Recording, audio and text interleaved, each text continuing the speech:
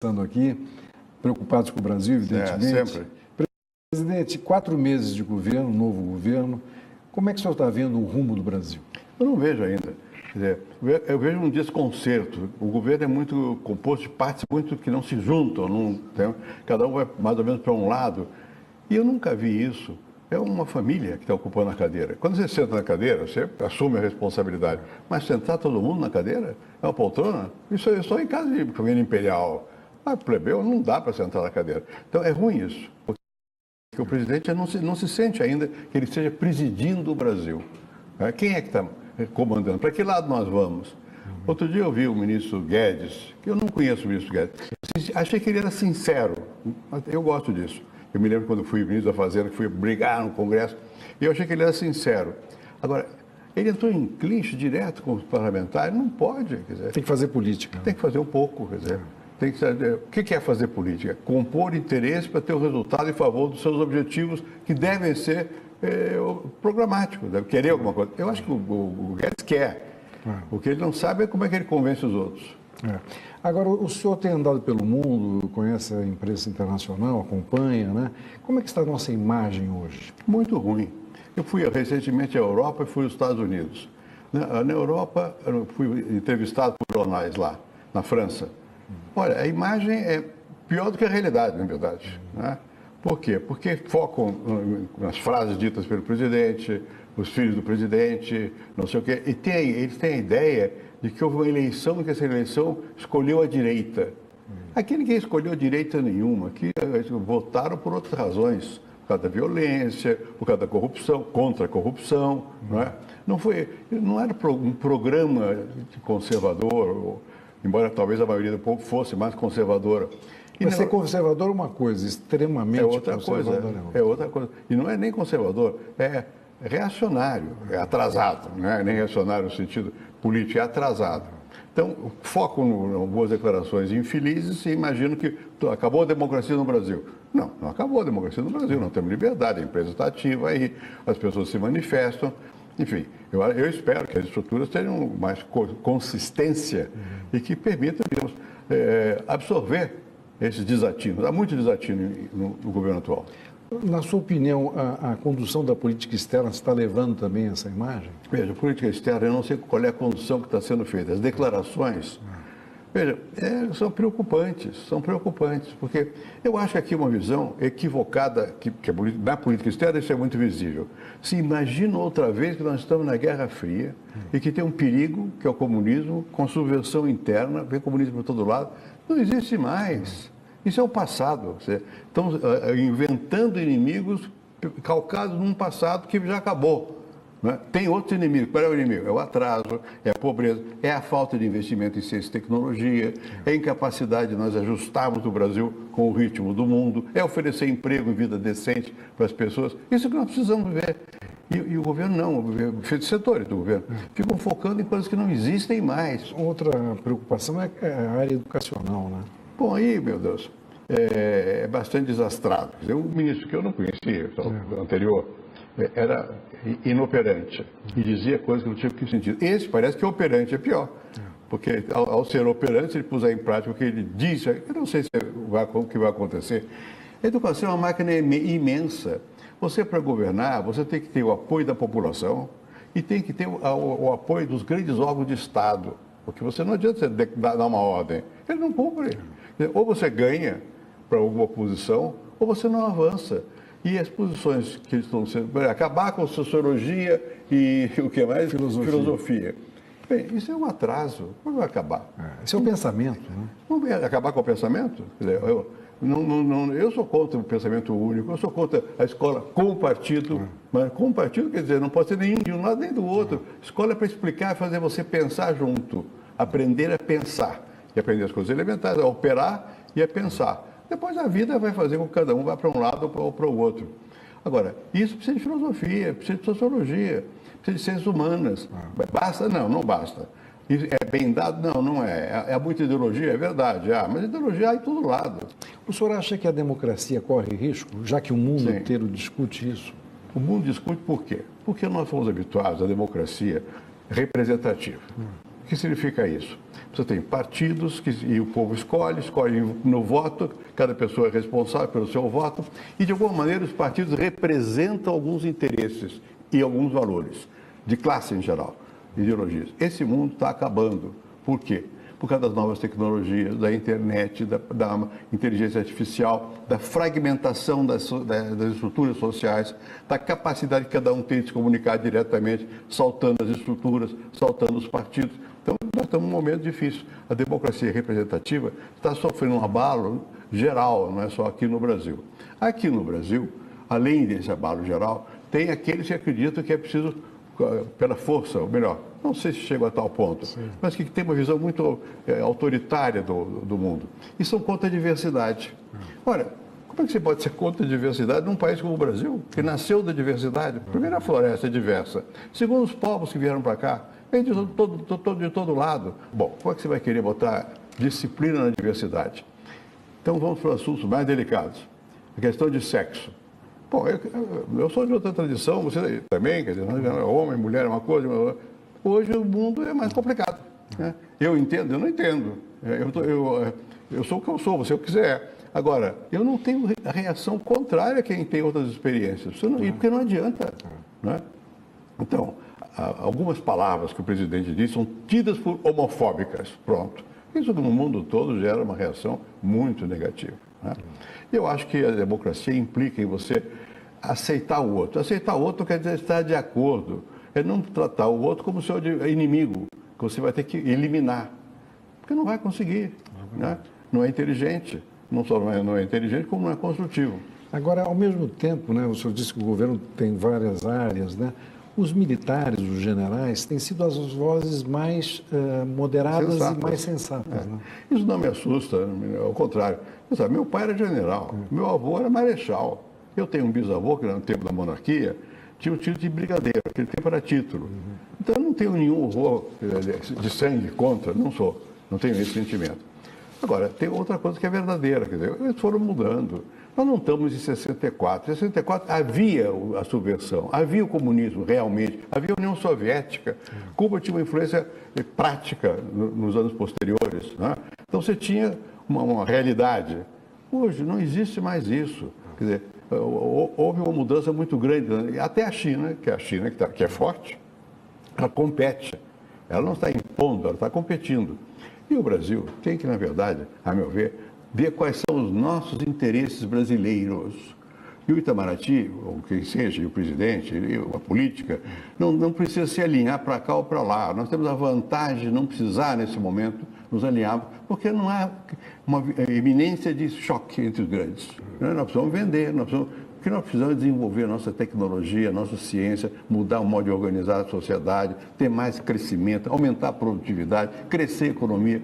Se não crescer a economia, nada vai funcionar. Quer dizer, tudo está baseado no crescimento da economia. Né? Se não houver, esse governo vai ter problemas sérios. Muita coisa depende disso. O sentimento das pessoas, mesmo quando elas não têm consciência disso, depende de eles estarem empregados, de ter alguma renda e do país estar avançando.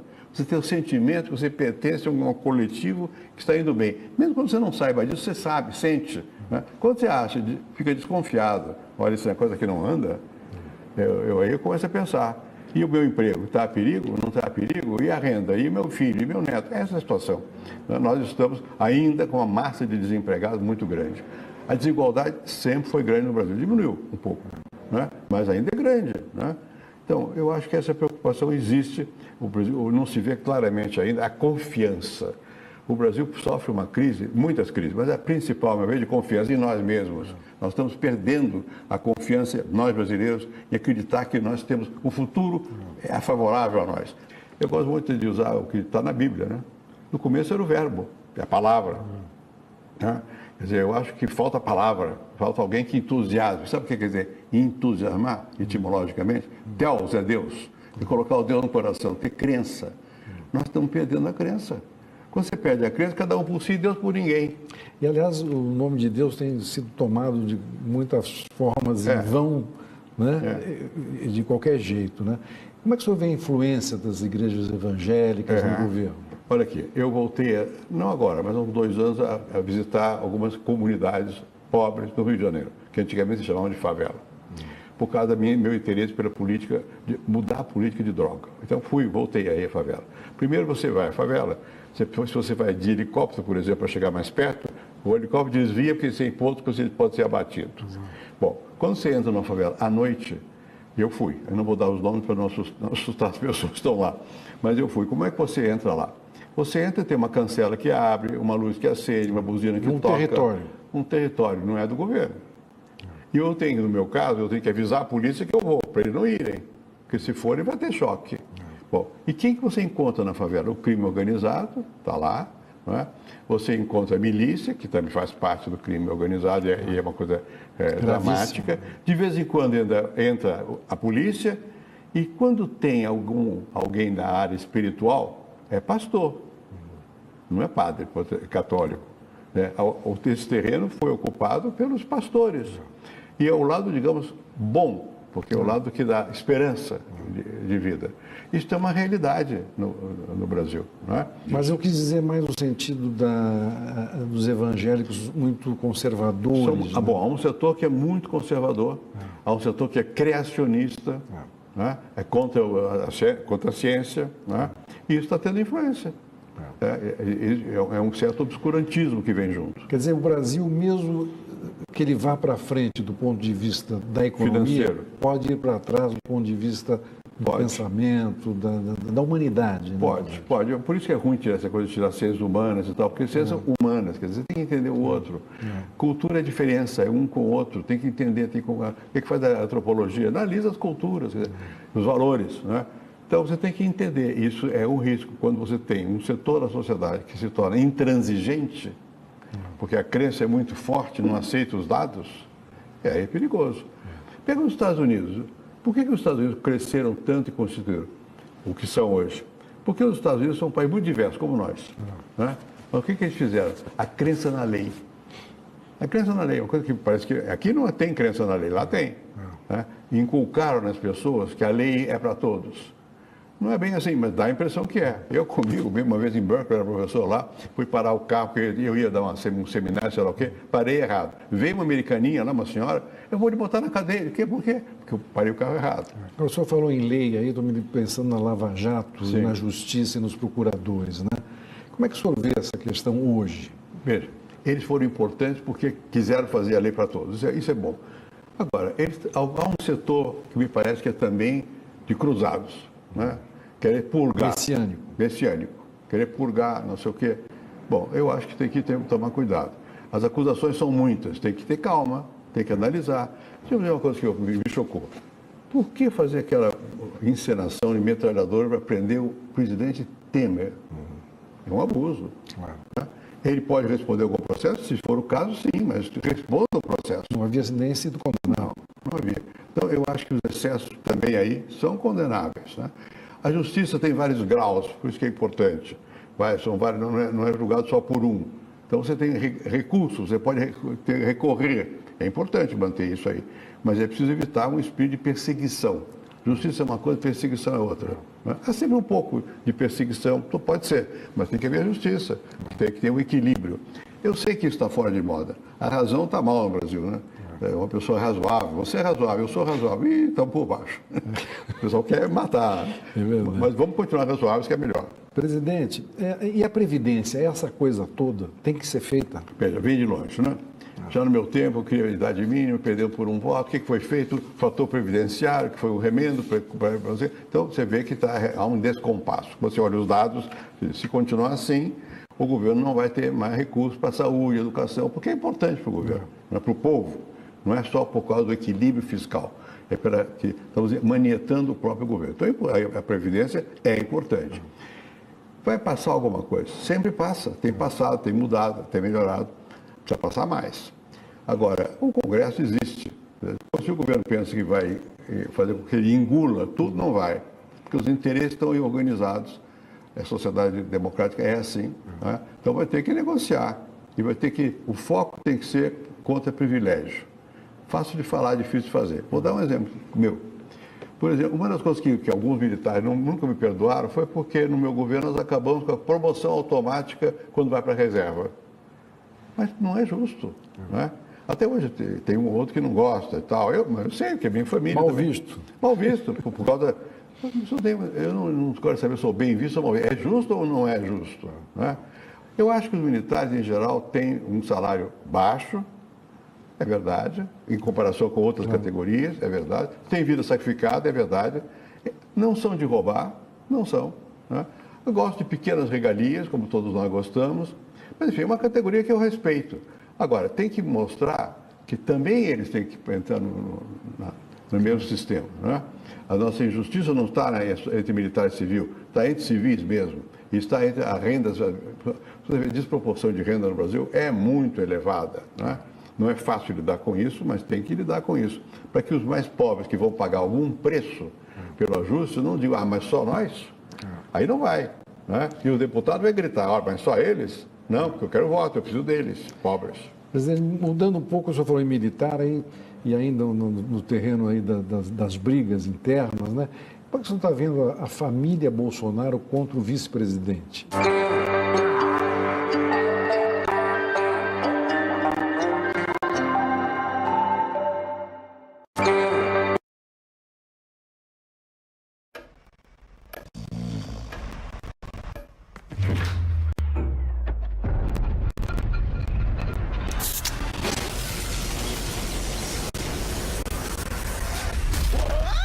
Bora beber essa Fanta de um jeito mais. Uau! Copo com gelo!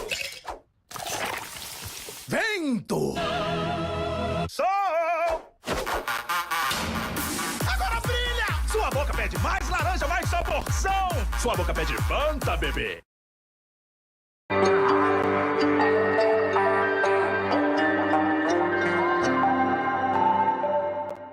Como é que o senhor está vendo a família Bolsonaro contra o vice-presidente e o comportamento do vice-presidente? Olha, eu não me lembro bem do vice-presidente no passado. Eu estive com ele agora em Harvard.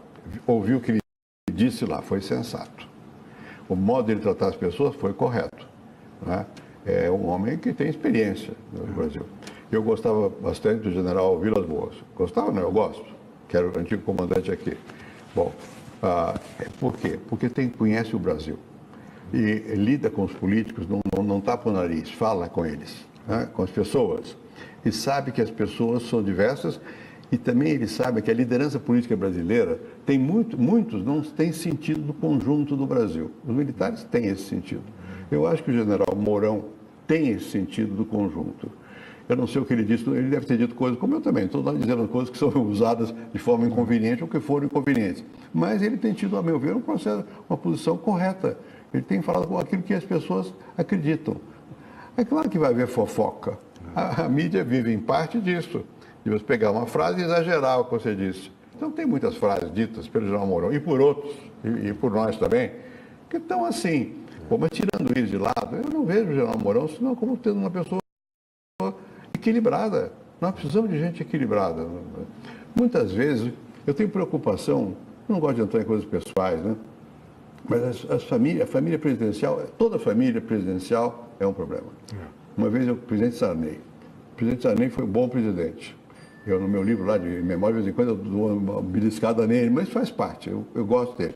Foi um bom presidente. Bom, e o presidente Sarney me disse, olha aqui, estão falando meus irmãos, você sabe quantos irmãos eu tenho? Ele tinha, sei lá, 12, 13, só se falava de um. Não é? Bom, família sempre é um problema. Não é? Agora, no caso, parece que não há um presidente, é uma família presidencial. Aí complica mais. E falam. Né? Quanto menos falar, melhor é, né? Verdade. Mudando completamente, PSDB com João Dória no comando. Eu não sei se o João Dória vai comandar o PSDB, ele vai comandar a política aqui de São Paulo. Já comandei governador, foi eleito prefeito, foi eleito governador. Bom, eu acho que a realidade existe. Se quem estiver contra o João Dória tem que aparecer. Tem o outro lado? Quem é? Tem um candidato? Dizem que o Bruno Araújo é candidato do João Dória. Eu conheço o Bruno Araújo, é um rapaz de Pernambuco e tal. Tudo bem, mas quem é o outro? Qual é o outro lado? Quais são as ideias? As ideias são diferentes? O Dória é governador de São Paulo, todo governador de São Paulo tem potencialmente muita força política. Né? E o PSDB está como todos os demais partidos, na lona. Né? Precisa levantar. Agora, o senhor acha que o PSDB, a vocação dele, é um partido de centro, um partido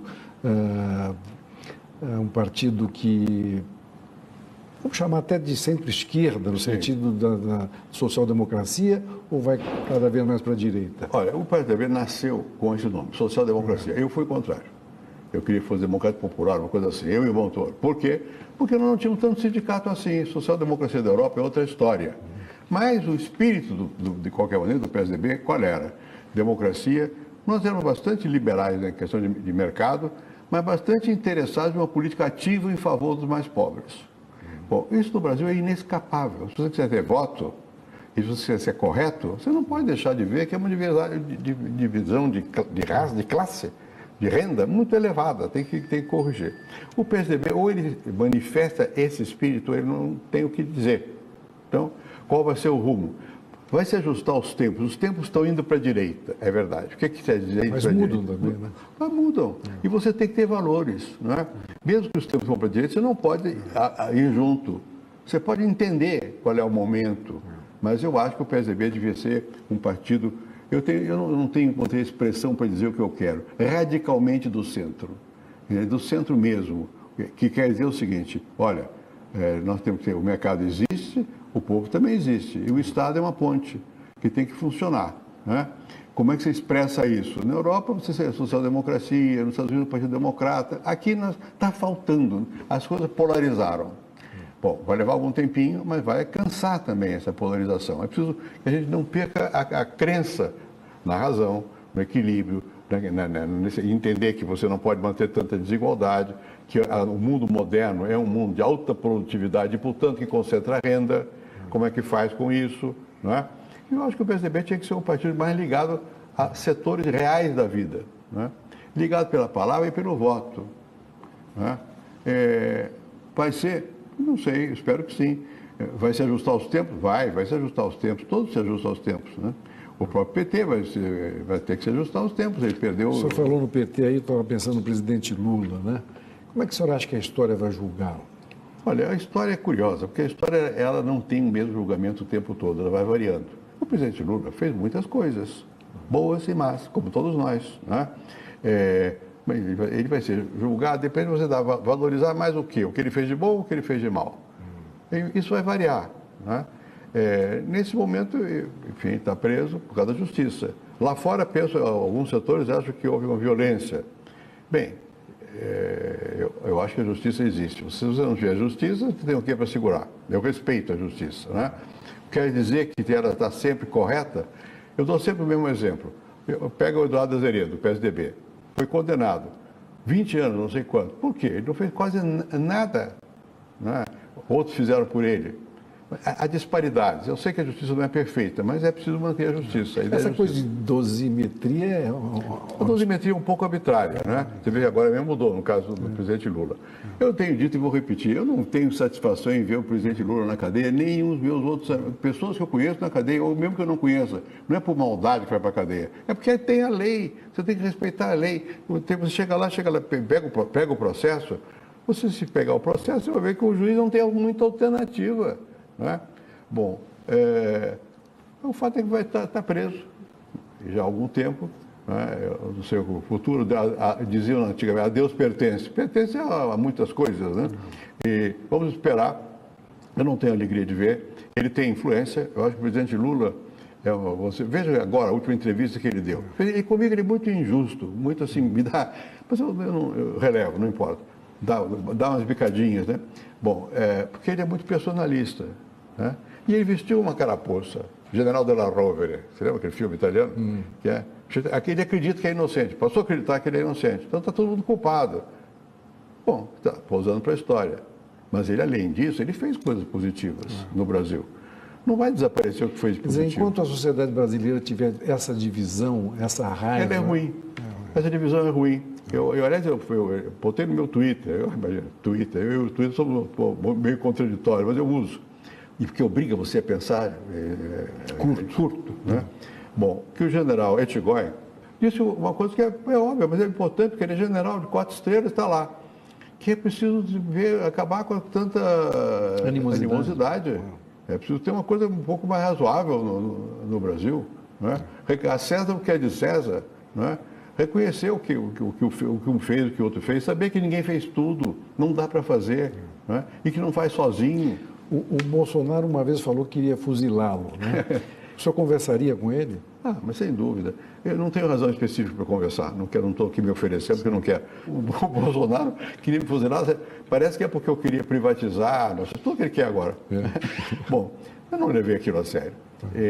Então eu não acho que um líder político, uma pessoa de vida pública, não pode se motivar por razões pessoais mesquinhas, né? Então eu não torço contra o Brasil, eu torço a favor do Brasil.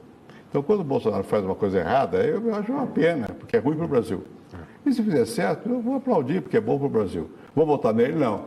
Porque eu não concordo com a ideologia dele, não concordo com os valores dele.